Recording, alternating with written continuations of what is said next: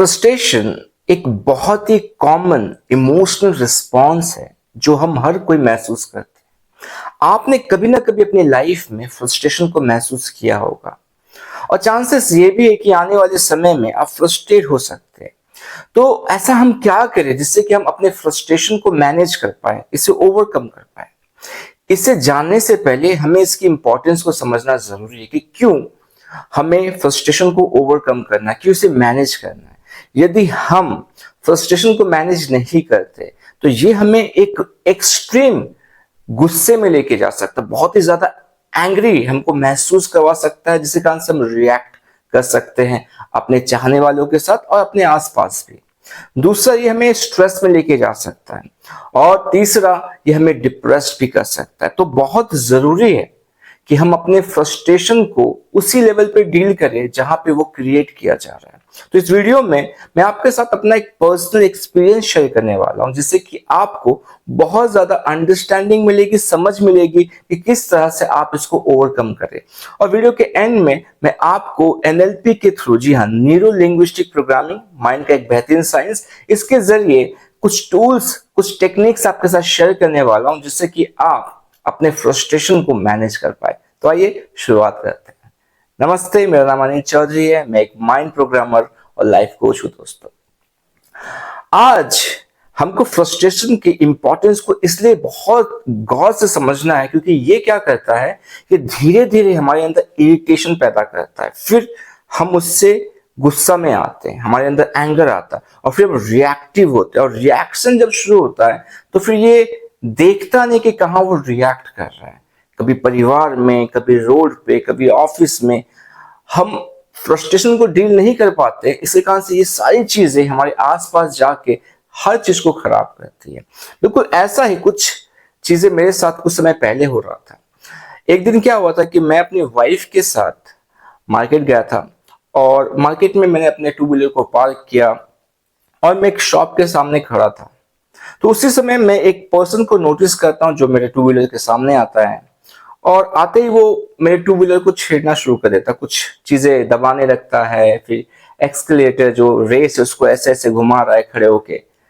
तो जैसे मैंने उस पर्सन को ऐसा करते हुए देखा तो मैं तो पहले से फ्रस्ट्रेटेड था, तो वो ट्रिगर कर गया, मेरे गुस्से को ट्रिगर कर गया।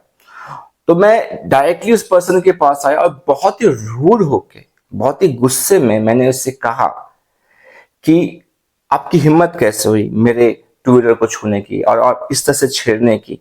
तो जब मैं उनको ये सारी चीजें कह ही रहा था कि उसके साथ और भी 4 दोस्त थे जो पास में बैठे हुए थे, वो चारों ही आ गए और सभी मिलके बहुत ही ज्यादा मेरे ऊपर रिएक्टिव होने लगे और मैं भी गुस्से में आ रहा था। तो चीजें बहुत ही ज्यादा हीटअप हो रही थी, राइट।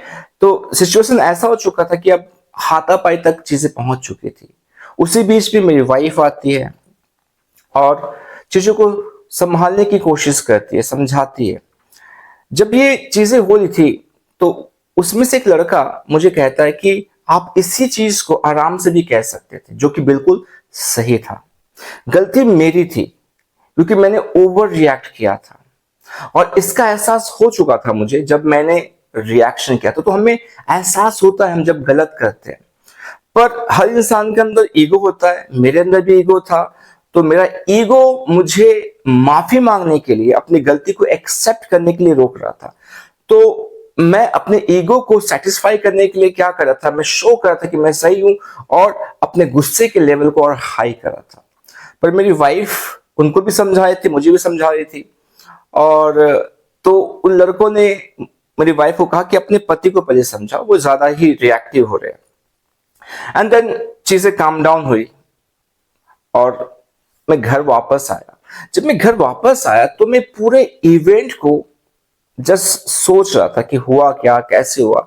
एंड देन मैंने रियलाइज किया कि इसका कॉन्सिक्वेंस क्या होता, मतलब इसका परिणाम क्या होता यदि ये चीजें आगे बढ़ती, मेरी वाइफ बीच में नहीं आती, इंटरफेयर नहीं करती, या इंटरफेयर करने के बाद भी मैं और ज्यादा रिएक्टिव होता या वहां से रिएक्शन आता, तो चीजें हाथापाई पे आती, हो सकता मुझे चोट लगती या उनमें से किसी को ज्यादा चोट लगती, देन पुलिस, मेडिकल, ये वो चीजें, बहुत सारी चीजें हो सकती थी। और रीजन क्या था, एक छोटा सा रीजन जहां पे एक पर्सन आता है और मेरे टू व्हीलर के साथ कुछ छेड़छाड़ करता, और जो कि बहुत ज्यादा मेजर नहीं था, उसको आराम से बोला जा सकता था, उसको टॉलरेट किया जा सकता था। पर जब हम फ्रस्ट्रेट होते हैं ना दोस्तों, तो हम इतनी छोटी छोटी चीजों पे भी हम रिएक्ट करते हैं, और इतना ज्यादा रिएक्ट करते हैं जो चीजें बिगाड़ देता है। और हमने ये चीजें अपने लाइफ में महसूस की है, जब हमने अपने रिश्तों को खराब किया है, जब अपने अपने घर पे अपने बच्चों के साथ, अपने वाइफ के साथ, अपने हस्बैंड के साथ, अपने ऑफिस में अपने दोस्तों के साथ, जब हमने फ्रस्ट्रेट होके इन चीजों को खराब किया। और हो सकता है कि रोड पे आपने भी मेरे जैसे कुछ चीजें की होगी, राइट। तो अब मैं सीधा टूल पे आता हूं कि हमें करना क्या है। आपने मेरी सिचुएशन को सुना, समझा, और आपने देखा कि कहां जहां पर एक चीज में कुछ समय से फ्रस्ट्रेट हो रहा था। तो जब फ्रस्ट्रेशन बहुत लंबे समय से चलते रहता है, तो उसका इंटेंसिटी क्या होता है, रिएक्शन का इंटेंसिटी और ज्यादा बढ़ता है, क्योंकि आपके अंदर गुस्सा बहुत ज्यादा आने लगता है। तो जितना लंबा होगा फ्रस्ट्रेशन, उतना ज्यादा ही आप रिएक्ट करने के चांसेस बढ़ जाएंगे। तो अब क्या करना है कि जैसे ही आप इस फीलिंग को महसूस करना शुरू करते हैं, तो उसको मैनेज करने आपको आना चाहिए, और उसको किस तरह से आप मैनेज करोगे वो चीजें मैं आपको बता रहा हूं, ठीक है। तो सबसे पहली चीज क्या करना, जब भी आप फ्रस्ट्रेशन को महसूस करें, जैसे भी आपको ऐसा लग रहा है कि हाँ मैं फ्रस्ट्रेट हो रहा हूं, तो अपने डीप ब्रीदिंग, जी हाँ, अपने सांस को डीप ब्रीदिंग के साथ क्या कहते हैं, और गहरी लेके जाना, आपको आपके सांसों को और गहरा करना है। आपको डीप ब्रीदिंग लगातार करते रहना है। जितना ज्यादा आपकी सांसें गहरी होगी, आप उतना ज्यादा रिलैक्स फील करेंगे। आपका माइंड, आपका बॉडी और आपका ब्रेन तीनों शांत हो जाएगा। जी हाँ, तो जैसे ही आप इस पूरे फ्रस्ट्रेशन की फीलिंग को एक्सपीरियंस करेंगे, तो कॉन्शियसली आपको डिसाइड करना पड़ेगा कि हाँ अब ये समय है जहां पे मुझे डीप ब्रीदिंग ज्यादा करना है। तो कैसे करना है, आप जब अपने सांस को अंदर ले, तो पूरा अंदर तक खींचे और नाभि तक लेके जाए, और जब आप उसको छोड़े तो बिल्कुल रिलैक्स होकर मुंह से धीरे धीरे छोड़े। और जब भी आप ये प्रोसेस करते रहेंगे, नॉर्मली आपको जब भी फ्रस्ट्रेशन महसूस होगा करते रहेंगे, तो आप देखेंगे कि आपका बॉडी बहुत काम है, बहुत रिलैक्स है। और जब आपका बॉडी रिलैक्स है, तो आप एग्रेसिव नहीं होंगे। आप ये बात को समझ पा रहे, जब हम रिएक्ट करते हैं, हम जब गुस्सा होते हैं, तो हमारे मसल्स पूरे टाइट हो जाते हैं, खिंचाव आ जाता है, राइट। पर जब आपका पूरा बॉडी रिलैक्स, आपके मसल्स शांत हो रखे, तो फिर आपके अंदर आपका बॉडी आपको सपोर्ट नहीं करेगा रिएक्टिव होने के लिए। इसलिए आपको क्या करना है, आपको डीप ब्रीदिंग करके अपने बॉडी को रिलैक्स करना है, एकदम ढीला छोड़ देना है। ओके, दूसरी बहुत इंपॉर्टेंट चीज है कि जब आप और मैं और हर कोई जब फ्रस्ट्रेशन को महसूस करते हैं, तो एक चीज होता है, वो होता है सेल्फ टॉक। और जो सेल्फ टॉक होता है वो बहुत ही ज्यादा नेगेटिव हो जाता है। हम अपने आप से बहुत ही नेगेटिव तरीका से बातें करते हैं। हमें हमारे बातों से ज्यादा कोई बर्बाद नहीं कर सकता, कोई हर्ट नहीं कर सकता, कोई तकलीफ नहीं पहुंचा सकता। हमारी खुद की बातें जो हम अपने साथ करते हैं, वो बहुत ही ज्यादा इंपॉर्टेंट है, बहुत ही ज्यादा इंपॉर्टेंट है कि हम उसको कैसे कर रहे हैं। तो जब आप फ्रस्ट्रेट हो रहे, तो फ्रस्ट्रेट क्यों हो रहे, कि जो आपके एक्सपेक्टेशंस है, जिस तरह से आप चीजें चाहते हैं, वो चीजें आपके अनुसार नहीं हो रही है। जो रिजल्ट आपको चाहिए, वो रिजल्ट आपको नहीं मिल रहा है, और उसके कारण से आपके अंदर ये इमोशन, आपके अंदर ये फीलिंग क्रिएट हो रहा है, राइट। आई थिंक आप इन चीजों को समझ पा रहे हैं।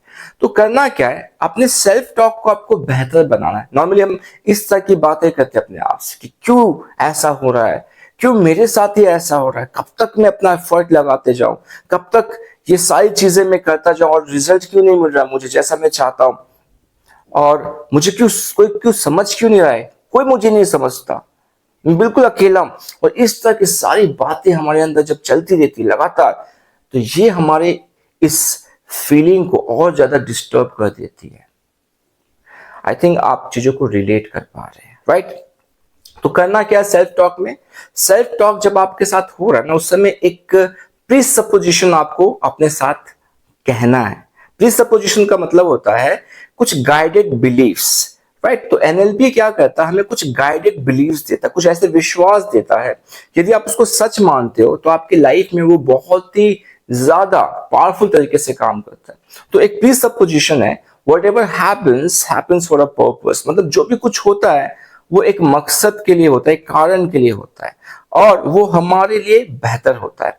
तो अब जो भी चीज आपके साथ हो रही है, जिसके कारण से आप फ्रस्ट्रेट हो रहे, तो उस चीज को आप देखो और जस्ट अपने आप से कहो बार बार कि whatever happens happens for a purpose. मतलब ये जो चीजें हो रही है मेरे साथ, कि जिस तरह का रिजल्ट मैं चाहता हूँ वो रिजल्ट मुझे नहीं मिल रहा है, तो ठीक है, इसके पीछे कोई मकसद है और डेफिनेटली वो मेरे लिए अच्छा होगा। तो ये क्या करेगा, आपको अंदर से काम डाउन करेगा, बहुत रिलैक्स करेगा। जैसे आप चीज को मान लेते हैं कि जो होता है उसके पीछे एक मकसद होता है और वो मकसद बेहतरी के लिए होता है, राइट। तो हम क्या करते हैं ना, हम जब रिजल्ट की तरफ ज्यादा फोकस्ड हो जाते कि जिस तरह का रिजल्ट मुझे चाहिए वो नहीं मिल रहा है, तो हम बहुत ज्यादा परेशान होते हैं, राइट। पर आपको, मुझे और हर कोई को क्या करना चाहिए, प्रोसेस पे ध्यान देना चाहिए। जैसे एग्जांपल के तौर पे कि मान लीजिए मैंने अपने बॉडी में बहुत ज्यादा वेट पुट अप कर लिया, बहुत ज्यादा मैं मोटा हो चुका हूं, बहुत ज्यादा एक्सेस हो चुका है। अब मैं क्या कर रहा हूं, मैं जिम जा रहा हूं, मैं एक्सरसाइज कर रहा हूं, मैं डाइट को फॉलो कर रहा हूं और मैं नोटिस कर रहा हूं कि मेरा वेट उस तरह से नीचे नहीं आ रहा, बहुत ही धीमे या ना के बराबर वो नीचे आ रहा है। तो ये मुझे फ्रस्ट्रेट करे, यार कितना टाइम लगेगा और कितना एफर्ट लगाऊं, मैं आ तो रहा हूं, रेगुलर डाइट फॉलो कर रहा हूं, तो ये मुझे फ्रस्ट्रेट कर रहा है, राइट। तो एक्चुअली मैं कर क्या रहा हूं, मैं रिजल्ट पे फोकस कर रहा हूं कि मेरा वेट कम क्यों नहीं हो रहा है। पर यदि मैं अभी मैं क्या करूंगा, अपना ये जो फोकस, अपना ध्यान है, क्या करूंगा, प्रोसेस पे लेके आऊंगा। प्रोसेस क्या है, हर दिन जाओ, एक्सरसाइज करो, जिस तरह से आपका ट्रेनर आपको गाइड कर रहा है उस तरह से आप चीजों को फॉलो करो। और उसके बाद क्या करना, आपको जो डाइट आपको लेना है, जिस तरह से लेना, आप बस ये चीजें करते रहो। बस प्रोसेस, आपका काम क्या है, अपने प्रोसेस पे ध्यान देना, बस प्रोसेस पे आप ध्यान देते रहो। और फिर आप नोटिस करोगे कि जब आपका प्रोसेस लगातार एकदम सही तरीके से चलेगा तो डेफिनेटली आपको वही रिजल्ट मिलेगा जो रिजल्ट आपको चाहिए। तो हम जब फ्रस्ट्रेट होते हैं, तो ऐसे आपके लाइफ में जो भी चीज आपको फ्रस्ट्रेट करे दोस्तों, आई एम श्योर कि आप एक प्रोसेस को फॉलो कर रहे हैं। चेक कीजिए कि वो प्रोसेस जो आप फॉलो कर रहे हैं बिल्कुल सही है, उसी तरह से करना चाहिए। यदि उसी तरह से करना चाहिए तो थोड़ा शांति के साथ, पेशेंस के साथ उसी प्रोसेस को फॉलो कीजिए, प्रोसेस पे ध्यान दीजिए। आई एम श्योर डेफिनेटली आपको रिजल्ट मिलेगा ही मिलेगा, क्योंकि यदि आपका प्रोसेस सही है तो रिजल्ट तो आपके पास आना ही है। तो ये आपको क्या करता है, ये आपको बहुत ज्यादा रिलैक्स और काम करता है, राइट।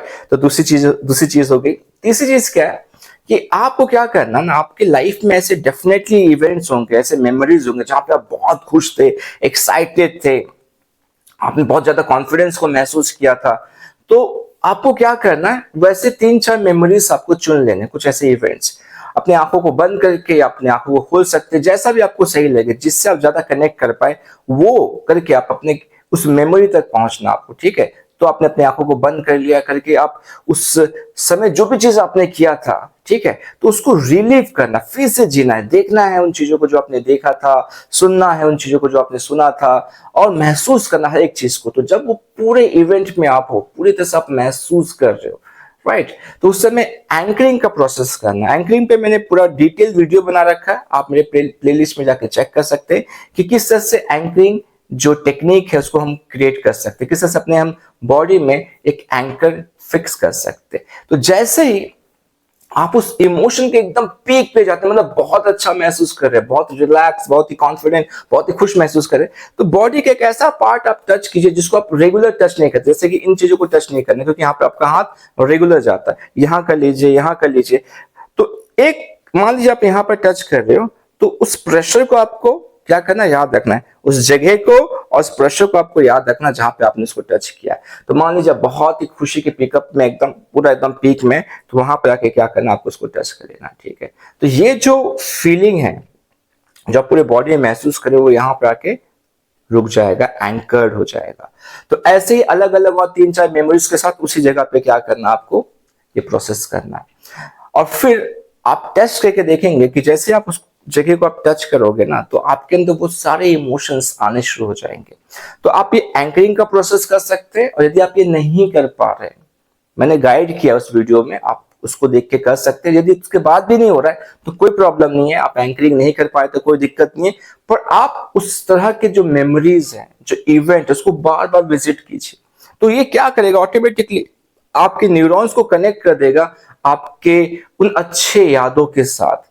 तो आप ऑटोमेटिकली अच्छा महसूस करेंगे। हो सकता है चीजें आपके अकॉर्डिंग नहीं चल रही होगी, फिर आप जब प्रोसेस को फॉलो कर रहे हैं, आप डीप ब्रीदिंग कर रहे हैं और अपने उन मेमोरीज को आप बार बार रिकॉल करें जहां पे आप खुश थे, एक्साइटेड थे, कॉन्फिडेंट थे, जहां पे अपने सपनों को आपने अचीव किया था, जो आपने एक्सपेक्ट किया था वो आपने उसको हासिल किया था, उन चीजों को आप बार बार रिलीव करेंगे तो आपका ब्रेन उसको सच मान के एक्सेप्ट कर लेगा और जिस फ्रस्ट्रेशन को आप महसूस कर रहे थे वो बिल्कुल डाउन हो जाएगा।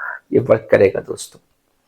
सो आई बिलीव कि आपने कुछ सीखा है, राइट? तो इसी तरह से सीखते जाइए, प्रैक्टिस करते जाइए, अपने लाइफ को बेटर बनाते जाइए। मैंने रिप्रोग्राम नाम का कोर्स क्रिएट किया। यदि आपको लगता है कि अपने माइंड की आप रिप्रोग्रामिंग करवाना चाहते तो आप मुझसे कांटेक्ट कर सकते हैं। मैं फिर से मिलूंगा अपने नेक्स्ट वीडियो में, तब तक अपना ख्याल रखिए। नमस्ते।